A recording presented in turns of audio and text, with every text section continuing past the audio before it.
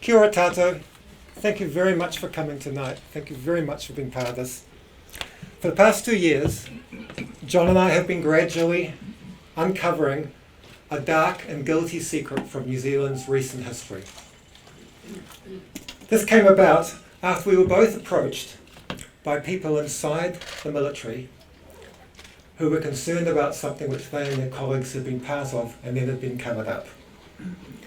They were disturbed about what had happened and they wanted the stories told.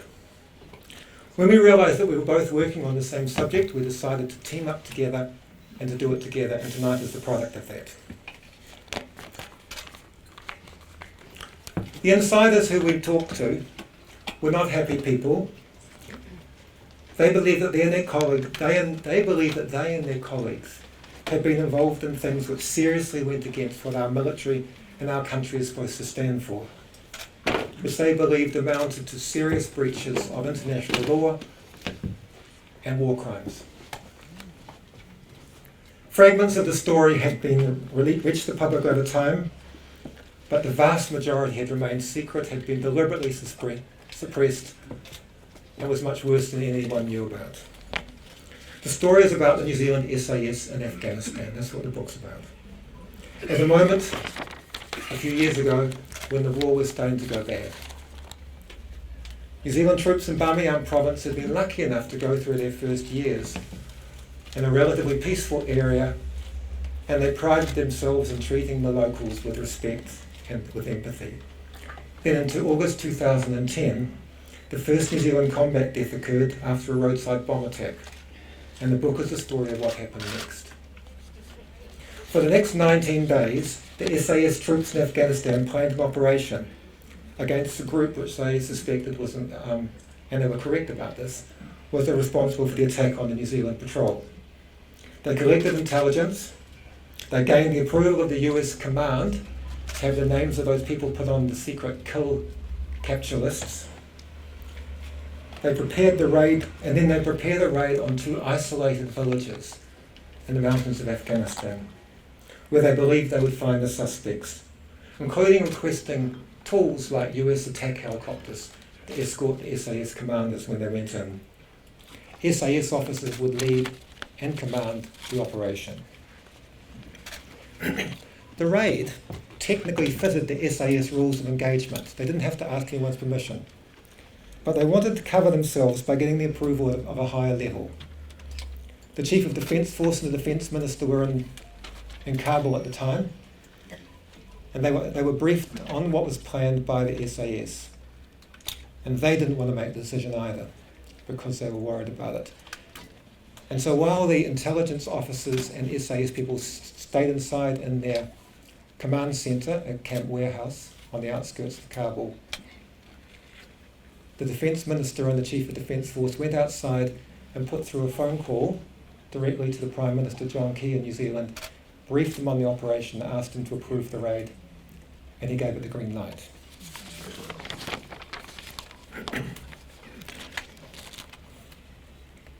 But the SAS plans had been rashly prepared and were both based on flimsy intelligence. It was a well-known and routine trick for insurgents who had carried out an attack to then hide themselves in the mountain until things cooled down. But the SAS did not seem to take account of that. None of the suspected fighters were in the villages where they were planning to go. In the ghastly few hours after midnight the next morning, after those briefings and the approval from Wellington, the SAS-led troops attacked the villages, which were largely full of children, their parents and elderly people. There was, including heavy fire from the attack helicopters. 21 people were injured and killed, 6 killed, 15 injured. For example, there was a young school teacher who had just graduated with his degree after 3 years in the capital of the province, who had come home to visit his parents and see them before he went to get his first job. He was killed behind the house as he ran away from the attacking forces. There was another man who ran out the back of his house and was hit by a piece of rocket and lay there for 9 hours before he died because no one gave any aid to them after the attack. And there was a dear little girl called Fatima who died in her mother's arms when a piece of ammunition went off near her. The SAS also burnt or blew up about a dozen houses in the town, destruction which served no military purpose, and then left without offering any help to the wounded. According to insiders, the SAS very quickly realised what they had done, but instead of fronting up, they've spent years since hiding and denying what happened. For instance, when rumours of the raid reached TVNZ reporter Guy and Espiner the following year, the Defence Forces issued a statement saying that 9 insurgents had been killed in the raid and no civilians were harmed. In fact, no insurgents had been killed in the raid, and everyone hurt was a civilian. The cover-up has continued to today, and until now it has successfully suppressed the story. The SAS campaign continued against the suspects. 10 days later there was a second raid on one of the villages because the SAS had heard that they were rebuilding some of their houses as the winter was coming, and the helicopters arrived again in the night. The SAS people rushed up to some of the houses, blew them up, and left again. That was the second raid. And then in January the following year, the SAS intelligence staff learned that one of their suspects was passing through Kabul and organised, and he was staying in a mosque, and organised an operation where they captured him there. By that time, prisoner treatment in Afghanistan was a very sensitive and controversial subject. Everyone knew what was going on, and Defence had repeatedly said that it was looking after people and doing everything by the book. But once the prisoner was bound and handcuffed,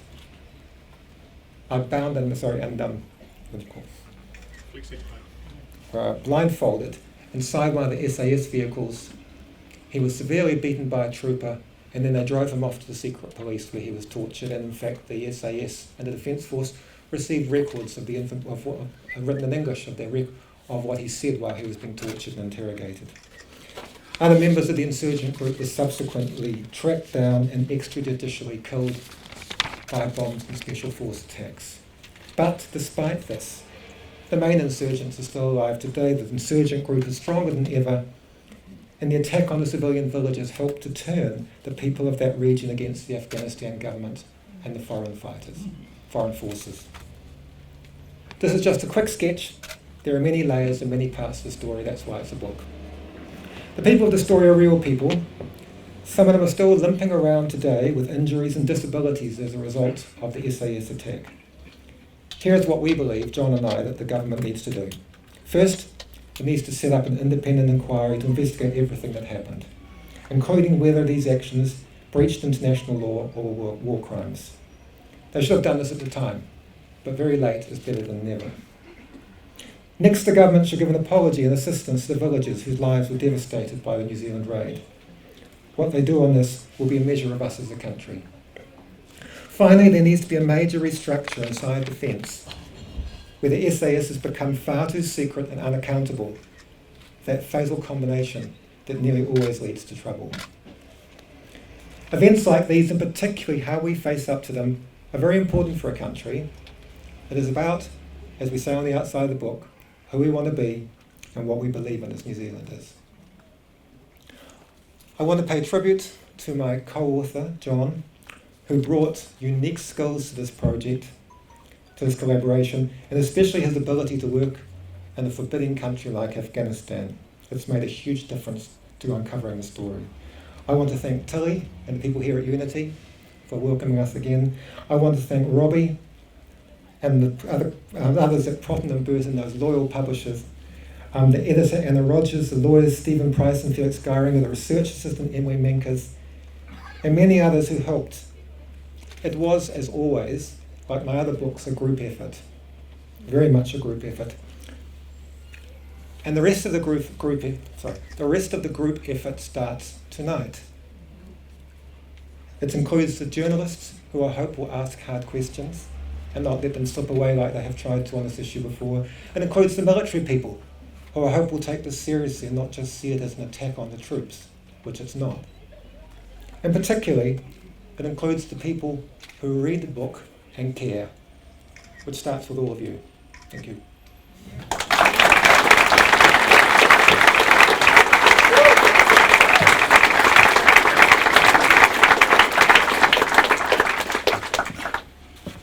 Thanks for all for coming. I'll try to be brief. First, there's been speculation that Nicky intended this to be an election year book. That is incorrect. Nicky wanted the book to come out last year, but it was delayed because I was quite ill and I needed a few more months to do more research to add to the story. Second, there'll be almost certainly people out there who, as Nicky said, will suggest that this is an attack on the troops or that the book is anti-military. That is not the case. Members of my family and friends of Nicky and I have served in the Defence Force, including the SAS. They're some of the most impressive people we know, and we have a lot of respect for them. However, the actions and decisions of some of our soldiers that are described in the book betrayed the values that many of our soldiers hold dear. We could not have produced this book without the help of members of the Defence Force who were uneasy and upset about what happened in the raid on Tehran and elsewhere in Afghanistan. They took significant professional and personal risks to help us get this information to the public. We owe them a huge debt of gratitude, as we do to a wide range of other people in New Zealand and Afghanistan who assisted us in our work. We cannot name them, but they know who they are, and we thank them for their courage and trust. Most of all, Nicky and I want to acknowledge and thank the villagers of Kuraidad and Nyack, whose lives were torn apart on the 22nd of August 2010 in a New Zealand-led raid that former Defence Minister Wayne Mapp describes, and this is in the book, described later to an acquaintance as, quote, our biggest and most disastrous operation in Afghanistan, a fiasco, unquote. As Nicky has said, 6 innocent people died that night, including Fatima, a 3-year-old girl with an infectious smile, killed by a piece of shrapnel as her mother raced to carry her to safety, and 22-year-old Islamuddin, a graduate teacher whose dream was to bring education to his village. At least 15 civilians were injured, some of them seriously. Some of them have never fully recovered. We shattered people's lives. Despite all this, the villagers we have dealt with have shown no hostility to New Zealand or New Zealanders as a people, and they have conducted themselves through hours of interviews with a grace and dignity that no words of mine are fit to describe. We have dedicated this book to them in the hope it will do their stories justice, and in the hope that they will finally find justice for the violence and the trauma that was visited upon them. Thanks. This book, in a sense, came to us very unusually because there were people inside the system who wanted the story out, and they chose us as the people they would talk to try and get it out. So we didn't know about this. Wasn't particularly initiated by us. This was other people who brought us into it. Was it an approach to you or to John? Actually, interestingly, both of us separately were working on the story. Nicky, do you think this is war crimes? Pardon? Do you think these were war crimes? We've talked to legal experts, and what they say to us is that we can safely say that there are grounds to suspect that there have been war crimes, but that obviously is a very serious allegation, and it has to be determined by experts, which is why we're calling for an inquiry. So you're not alleging that there was a war crime committed? No. If you look at the back of the book, there's a legal expert there, a professor, saying if the facts in the book are right, then this looks like serious breaches of international law, international humanitarian and human rights law, and possibly war crimes. Other people are saying similar things to us. That needs to be investigated. And you're saying it was incompetence? No, it was. Unfortunately, it was more than incompetence. No, that's not this. The point of the story is that our very professional soldiers acted differently, it seems, when a New Zealander died, and there was this impulse to get back. So you think it was presumably revenge? incompetence that they killed civilians, they weren't planning Yes, to of kill course. civilians? Of course, they didn't plan to kill civilians. I mean, New Zealanders would be appalled to be part of that. That's why the stories come to us. Do you think the government was aware afterwards of the extent to which there had been civilian deaths, as you claim? Now, this is a very important question. We know that it was approved by the Prime Minister, but we don't know how much they were told afterwards, because obviously it had gone horribly badly. And so there's two possibilities. One is that the government has been misleading the public, but the other possibility is that the government has not been told the truth by the military, which is also very serious. Who was responsible for the cover-up? Who do you hold responsible? Who do I hold responsible for the cover-up? Again, we don't know exactly, but what we can say with certainty is that the SAS knew by the next day or two that they had got civilians and they had got none of the people they were looking for. They knew that without a shadow of a doubt. And yet for years afterwards we've had statements which have been a pack of lies reaching the public about what actually happened. John, I was just going to address the question about responsibility. I think Nicky and I are agreed that the primary responsibility certainly lies with the senior commanders of the New Zealand SAS contingent in Kabul, who helped plan and execute the operation and who knew very soon from feedback that the operation hadn't gone well, hadn't gone according to plan. In fact, a NATO ISAF investigation by a US general came back and said that it was likely that civilians had died, and yet the military to this day continues to deny it. They continue to say only insurgents were killed, and they even continue to say that the operation took place in Bamiyan province instead of Baghlan province. As one of our Defence Force sources said to us, I thought that was something that the military is quite good at, maps and locations. So I think it's either incompetence at a biblical level, or there's been a element of deliberate cover-up. As for the politicians, I think, as Nicky says, the ultimate responsibility lies with Prime Minister John, or ex-Prime Minister John Key, in that he was personally briefed, his approval was sought, and he signed off on the operation. And I think as more information came out and more allegations and more information was put in the public domain by Nicky and I, and he turned around and dismissed it and said, no, there's nothing to see here, Mr. Stephenson is wrong.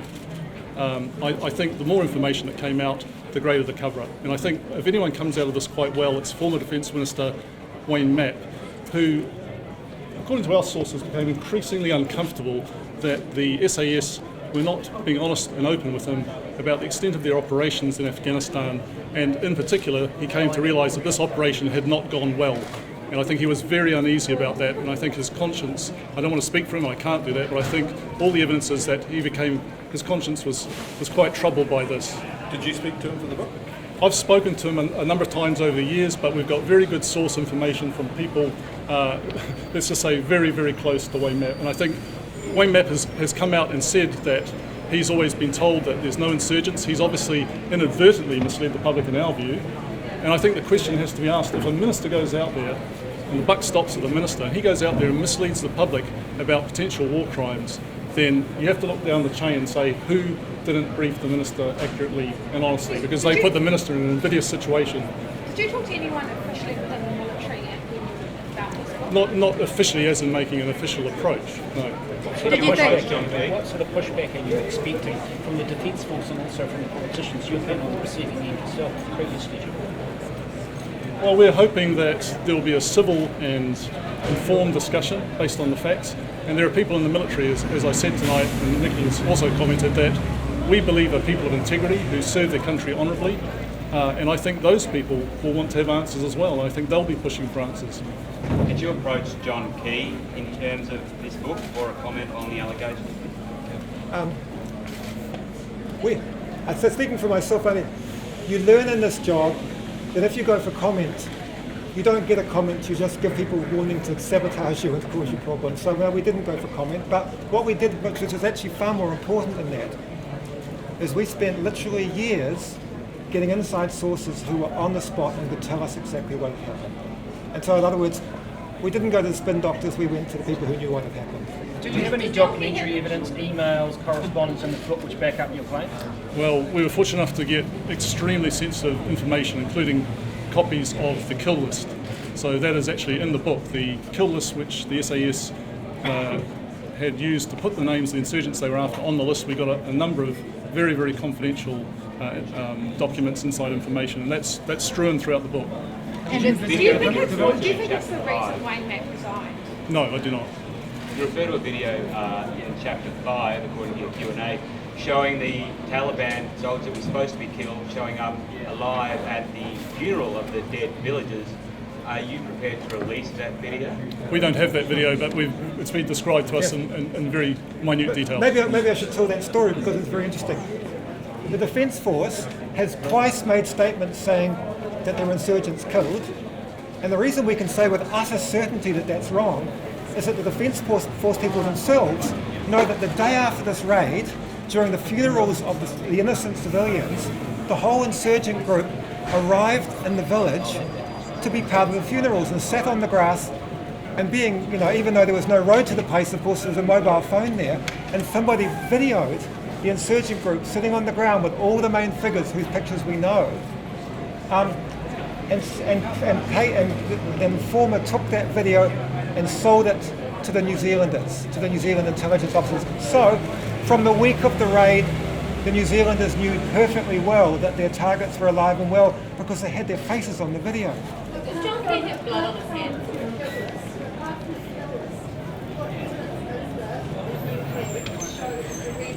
Relationship between New Zealand SAS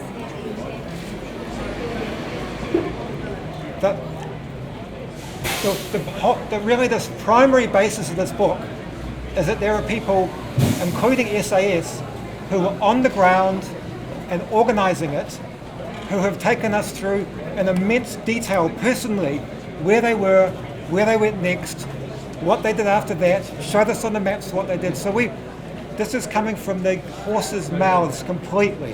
And if you read the book, you'll see our sources were there Absolutely. at the time, Absolutely. and part of the things that we're describing. Yes. If you read the book, we're taking you inside the planning stages. We're taking you inside the meeting where Dr. Mapp is briefed by the SAS along with Jerry Mataparai and goes into the compound and rings John Key on his mobile. We're taking you in the helicopters on the raid to Tigran. We're taking you inside the buildings that they kick down the doors and shoot in. All that's there. Did you visit the village and talk to the people in the village about it? I went to the province, but I didn't go to the village because the village is completely in the hands of the Taliban today, largely in part of the fallout from the raids and the subsequent, the raid on 22nd of August and the subsequent raids in that area. In fact, I spoke this morning at around 5:30 to one of the insurgents that was being hunted. He's still alive. He's an active member of the Taliban. He took a break from the fighting to speak to me, and his words were, "We will keep fighting until the last drop of our blood." If the people your sources were prepared to speak to you, do you think they'd be prepared to speak to the inquiry that you're seeking? I believe actually, we've got different sources, so we've got overlapping sources, and I don't want to speak for Nicky, but I know that some of my sources would be prepared to give evidence on oath in an inquiry, provided that they were immune from prosecution or punishment. Yes. Same here as possible. Yeah. Given the number of people that would be on these meetings and involved in the raid, doesn't that make your sources easy to track down? Who's got a reputation for looking after his sources? As you can imagine, we have agonised about what information we put into the book and what swathes of it we don't put in and how we do that. And it is a fully our expectation that no one will get in trouble for doing a noble and public-spirited act. What reason did your sources give for coming forward and contacting you? Is it guilt? Is it Extremely unhappy, bad consciences, and actually very principled people. That's the thing I put on top of it, that we're talking about, not everybody is a whistleblower and not everybody wants to risk their career, but the people who helped us meeting after meeting and things were very principled and were very upset that their country had been involved in this.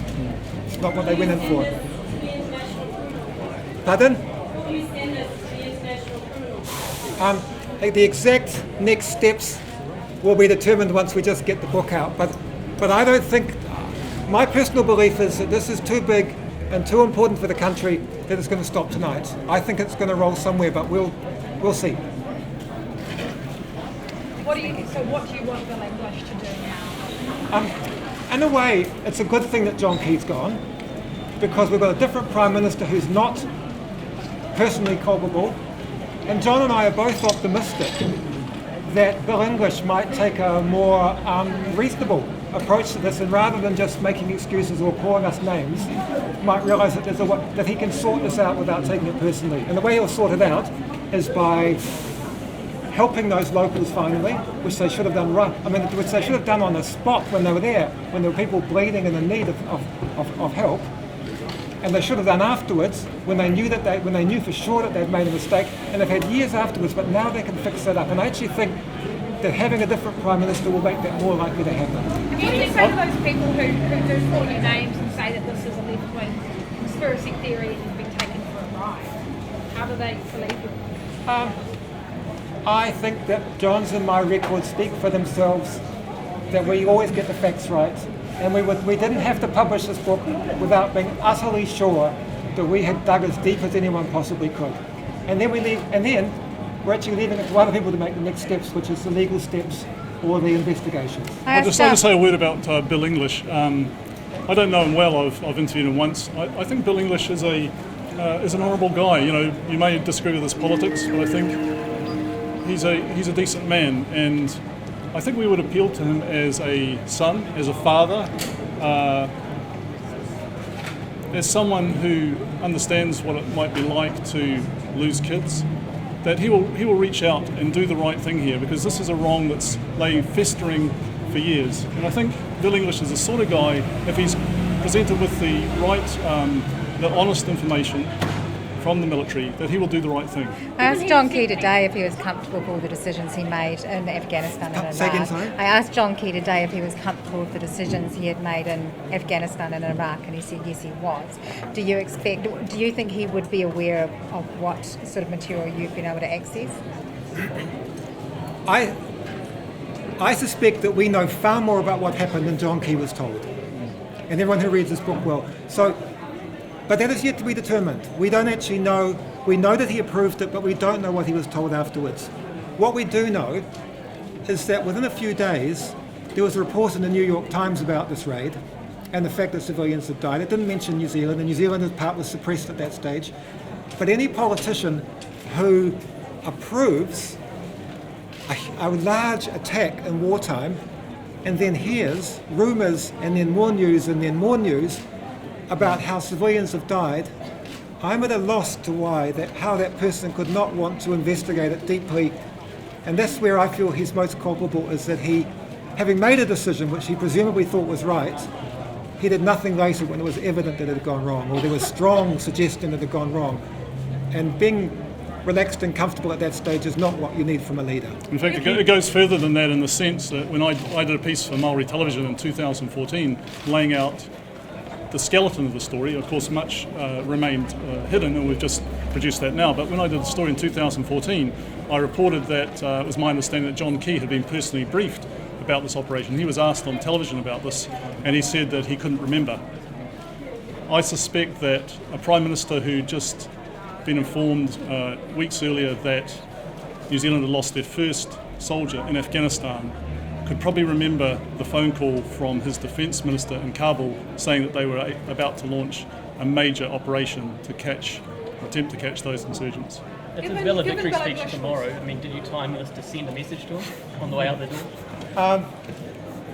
It's an attractive idea that John Key would notify us in advance of his plans for his valedictory speech, but as you can imagine, he doesn't. And this date was planned long before. And in case of conspiracy theories, check it with the bookshop owner or the publisher who's here. I would rather it hadn't got tangled up in that, but the date was set. Given Bill English was Deputy Prime Minister at the time, how do you know he wasn't aware of this? We don't know that he wasn't aware of it, but New Zealand runs a system where very few people get told about these kind of operations, and it's actually pretty remote, the possibility that he knew about it at the time, would be my guess, as someone who knows about these things. And this is one of the key points in the book, is that we've got, in the so-called war on terror against Afghanistan, the SAS operating in large part in secrecy throughout all those years, and there are many operations that have remained hidden, many secrets that remain buried.